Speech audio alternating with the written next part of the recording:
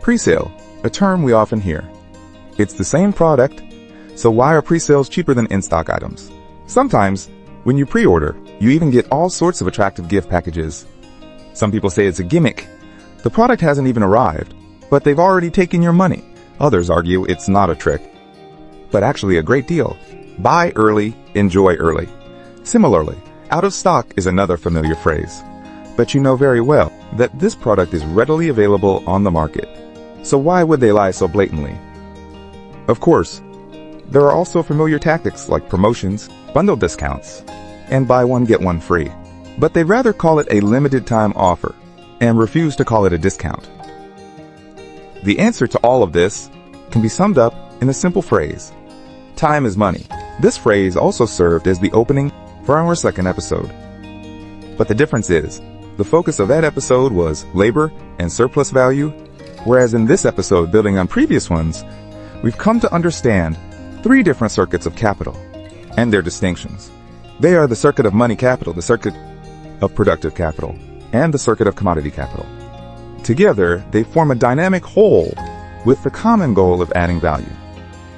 We won't go into detail here again. Instead, we'll get straight to the point. First is the circuit of money capital.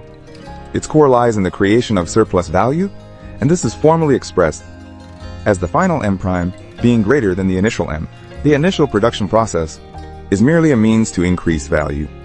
Therefore, this stage is highly dependent on the market. For example, if the commodities cannot be sold successfully, then the valorization cannot be fully realized, and the circuit of capital may stagnate. Next is the circuit of productive capital. Its valorization process begins directly with the production phase itself. Its core lies in the continuity of production. However, it heavily depends on the flow of money capital that we just discussed. To put it simply, if the capitalist doesn't have enough money capital, the circuit of productive capital cannot start. It requires ensuring the timely replenishment of the means of production. Otherwise, the production process could be interrupted due to a lack of raw materials or labor, causing the circuit to stagnate. But there's another special point. The means of production on the market don't always have the same price.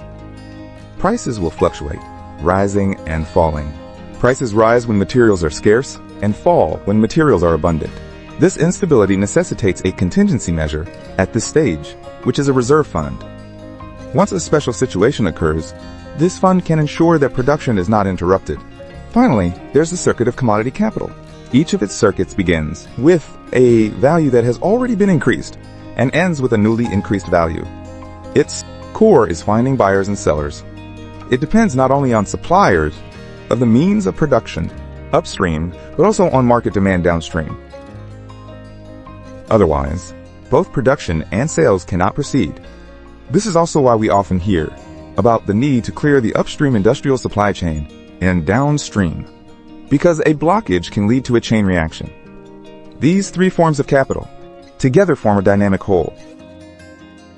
In this process of movement, capital must undergo different transformations of form. Each change of form is a necessary condition for capital accumulation. They are closely interconnected. A small move can affect the whole system. Here, let's use an example to string them all together. For instance, clothing. First, a garment factory making clothes needs to buy fabric from a textile mill. This is the raw material for production. And the textile mill, in turn, needs to buy materials from a fabric supplier, for example cotton, which everyone knows. If fabric production suddenly drops, or there's a problem during transportation, causing the textile mill to be unable to supply goods normally, then the garment factory's production will also be affected. Similarly, the clothes produced by the garment factory will eventually be put on the market for people to buy. If consumers feel this clothing style is of poor quality, or is too ugly, or because of a scandal that gives the item a negative image, then the garment factory won't be able to easily convert its clothing commodity capital into money capital. This means that if a capitalist has no reserve fund to make advance payments, the workers' wages might not be paid on time. There's even a possibility of halting production and shutting down due to a break in the capital chain. Because the garment factory stops buying fabric from the textile mill, the textile mill's production will also be affected. This, in turn, affects the sales of the fabric supplier. Through this example, you can see that stagnation at any stage can create a series of reactions, a chain reaction. And the workers who don't get paid will have to tighten their belts to get by. This leads them to only buy necessities, with no spare money to buy other goods. Gradually, the overall purchasing power of society will decrease, and a vicious cycle begins. In this process, capital has undergone different transformations of form. For example, when workers are sewing clothes in the factory, this part of the capital is in the production phase.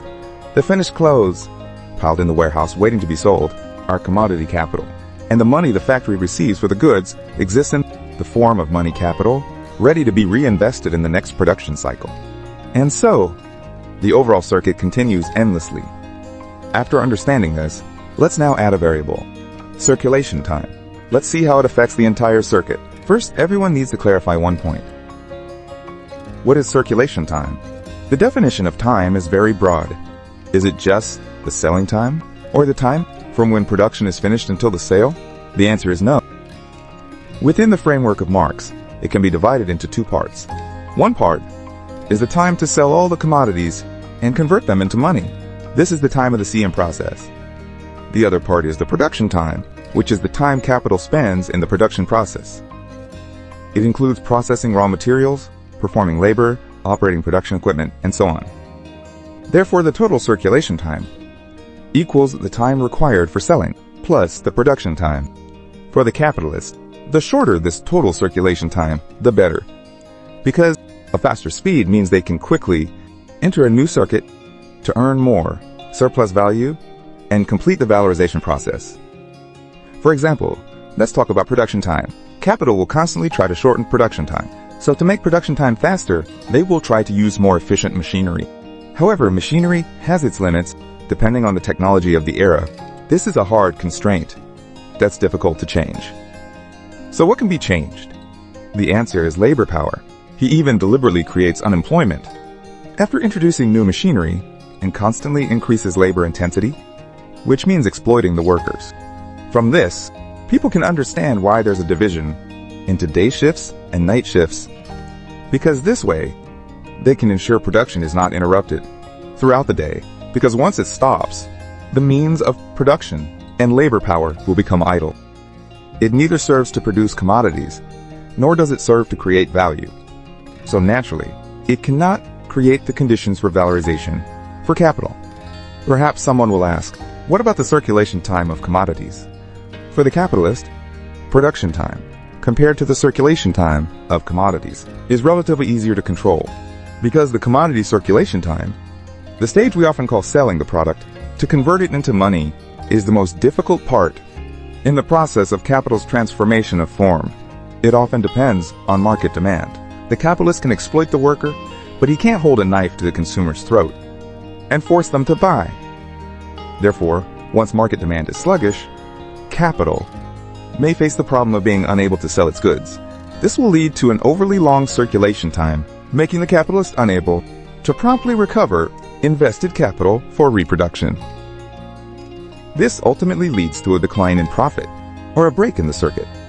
Similarly, the circulation time of commodities also faces competition, because the market is only so big, and demand is limited.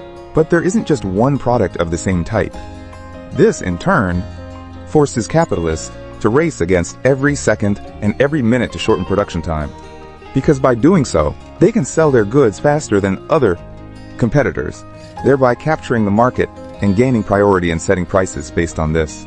People can understand Marx's statement that circulation time and production time are in opposition to each other, because during circulation time, capital does not perform the function of productive capital. It produces no commodities, nor does it produce surplus value. Here's a special point everyone should note. Not all types of commodities have a production time that is shorter than their circulation time, or labor time. There are some very special commodities, for example, wine, agricultural products, and so on. They have a production time that exceeds the labor time or circulation time because they need time to grow or ferment. Furthermore, for a few commodities, like wine, the older its age, the scarcer it is, the greater its corresponding value. But in normal cases, the time won't be that long, because capital pursues rapid short-term value growth. As for agricultural products, the fresher they are, the higher their value. Its value will gradually decrease over time until it rots and loses all value. On this basis, everyone can understand what the turnover speed of capital is. Simply put, it's the time required for capital to complete one circuit. Similarly, the speed of capital turnover, whether fast or slow, will directly determine the speed of capital accumulation. The shorter the circulation time, the faster the capital turnover, the faster a capitalist can recover capital and invest in new production. Its formula is $N equals U/U dollar, where N is the number of turnovers, U is the unit of time, for example, 1 year, and U is the time for one turnover. If the turnover speed of capital increases, then the efficiency of producing surplus value will also increase. For example, under conditions where the unit price, production situation, and labor power are constant, a capital takes 3 months to complete one turnover. So in 1 year, it can turn over 4 times. This means that in 1 year, the capital can produce 4 times the amount of surplus value. But if the capital needs 6 months for one turnover, then it can only turn over twice a year. This means the rate of capital accumulation has been cut in half. Someone might wonder, that's not right. The preconditions are all unchanged, so why does the second turnover take 6 months? The answer is, within the circulation time, there is another very important factor: distance and transportation. This is like the saying we often hear: if a place wants to get rich, it must first build roads. For example, a capitalist first circuit takes place in an area with high demand and a developed economy, so its circuit will naturally be fast. For the second time, although the production conditions are unchanged and the production time has been shortened, but the area where he sells his goods is a relatively remote place, and transportation is extremely difficult. This will cause his circulation time to be extended, and the number of annual turnovers will decrease accordingly. Therefore, you can understand why, in the trade activities of that era, different regions had different specialty products, because transporting goods to a region, the cost of one trip could be even more expensive than the value of the goods themselves, unless an item in a certain area is extremely scarce and people are willing to pay a high price for it. In that case, for the capital, even if the turnover time is slow, selling is not a problem. The total surplus value could be higher than before. So naturally, the total profit rate is also higher than in the previous fast circuit. Before, this is the precursor to make-to-order production and interregional trade. This means the capitalist would first contact a certain place to see what they don't have, what they lack, and how much they need. Then, they would proceed with production according to the stated conditions. When the goods arrive at the designated location, they will pay in full after inspection. This way, he doesn't have to worry about not being able to sell the goods. Over time, after the two parties have established a certain level of trust, they might proceed with full advance payments, installment payments, or delayed delivery and delayed payment. Now let's combine all of this and look back at the questions from the beginning. I think you might have a deeper understanding. First, why are pre-sales cheaper than in-stock items? This is how capital completes the most difficult stage in advance, converting commodities into money.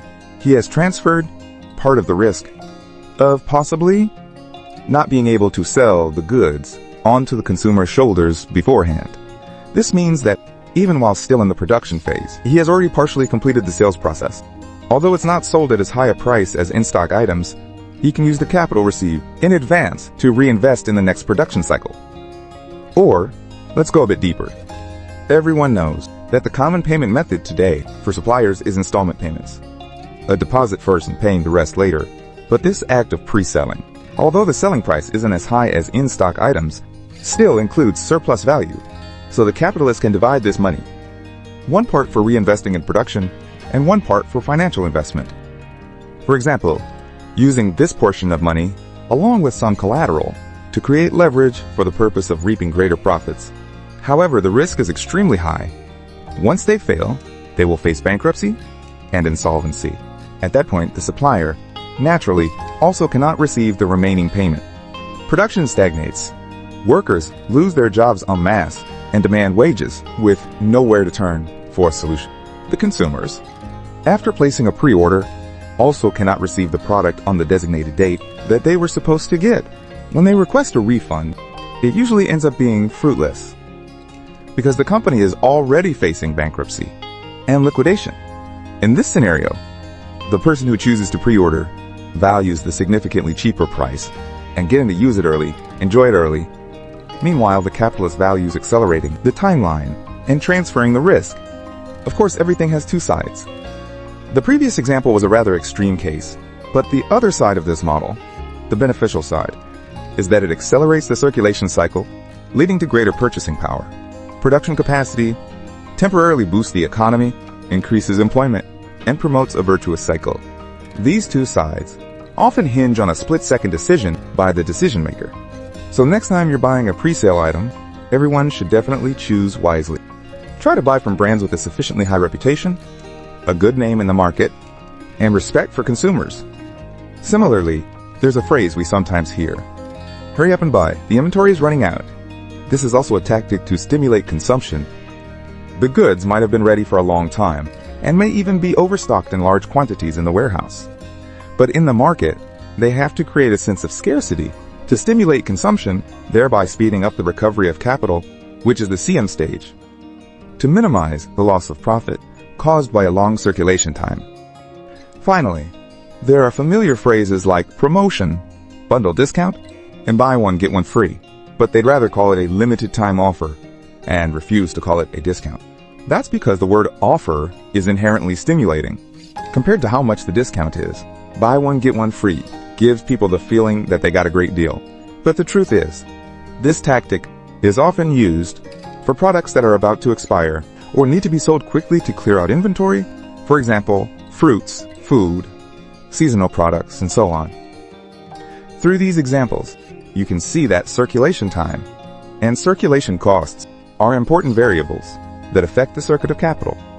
For example, an overly long circulation time will reduce the turnover speed of capital and reduce the surplus value in a cycle, thereby slowing down the process of capital accumulation, reducing investment, and leading to a contraction in production.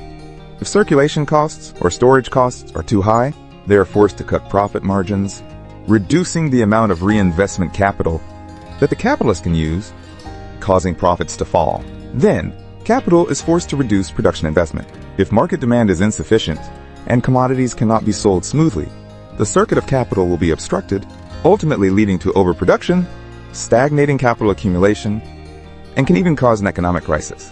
Perhaps you'll be curious, how can it lead to an economic crisis? Isn't that an exaggeration? If capitalists just make adjustments, won't it be fine? Why isn't that the case?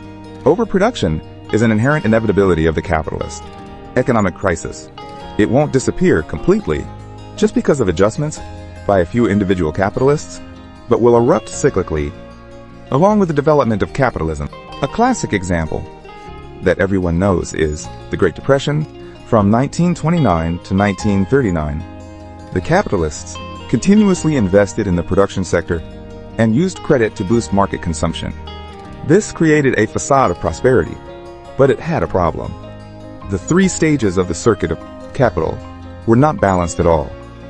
First was the excessive expansion of the circuit of productive capital as capitalists massively invested in manufacturing sectors like automobiles, steel, etc. This led to a surge in the supply of means of production and consumer goods. But the problem was, after the goods were produced, the market could not consume them all because society's consumption power couldn't keep up with the pace of production. The general population's purchasing power was insufficient. There was even the phenomenon of workers producing goods, but after leaving the factory, they themselves couldn't afford to buy them. Furthermore, in the agricultural sector, overproduction had caused commodity prices to plummet, leading to industrial and agricultural inventory accumulating in large quantities. You might wonder why. It's because industrial capitalists only have a demand for the means of production, MP, and labor power, L. Meanwhile, the proportion of variable capital, V, in the total capital, C, is very small.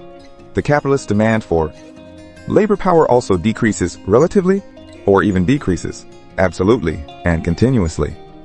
This causes mass unemployment. To put it simply, the cost that capitalists spend on means of production is much smaller than the total value of the goods they produce. Meanwhile, workers' wages are often fixed at a certain level and decrease further as unemployment rises. This leads to their consumption power being limited by their wages. As capital circulates through one cycle after another and profits increase time and again, the purchasing power of the workers does not keep pace with the growth rate of commodities. Over time, this creates a situation where the total value of commodities on the market is always greater than the purchasing power. There are more and more goods, but people don't have enough money to buy them, or don't have the need. So what to do in that situation? The answer is credit. At that time, the U.S. relied on the credit system to stimulate consumption. Banks provided a large number of loans to businesses and individuals to encourage large-scale investment and consumption. But due to the expansion of credit, the circulation time was wildly shortened in the short term. This led capitalists to mistakenly believe that market demand was booming, and they continued to expand production. At the same time, speculators continuously pushed stock prices higher, forming a massive financial bubble.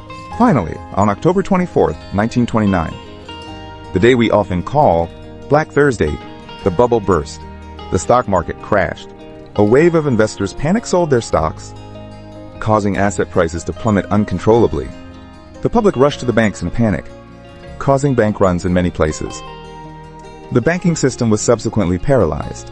Consequently, the flow of capital to businesses was gradually cut off. Industrial production declined by nearly half. Numerous factories had to shut down. The unemployment rate soared. About 15 million people lost their jobs, along with the rupture of the circuit of capital. In that situation, American capital began to withdraw foreign investments. International trade costs increased further, leading to a severe decline in global trade. Germany, Britain, and other major industrial nations also quickly fell into recession. Throughout this period, the circulation time of commodities was endlessly prolonged, and circulation costs skyrocketed. The entire process of capital accumulation came to a standstill. This decade-long crisis, became the most severe and longest-lasting economic recession in the history of capitalism. In the end, it's just as you learned in your textbooks. The governments of various countries, to restore the circuit of capital, were forced to adopt a series of interventionist measures. For example, Roosevelt's New Deal. Through large-scale public investments, such as the Hoover Dam, it increased employment, shortened the circulation time of the MC stage, helping capital return to the production sector. Through government procurement of goods, it directly intervened in the market to accelerate the CAM conversion process. Then, until 1939, World War II broke out. Military-industrial production became the main economic activity. The government, through wartime economic planning, invested on a massive scale in the military industry, causing the circuit to no longer depend on the free market to achieve the reproduction of the circuit of capital. But the price paid was tens of millions of shattered families. At this point, I think you can understand why it is said that imperialism is the highest stage of capitalism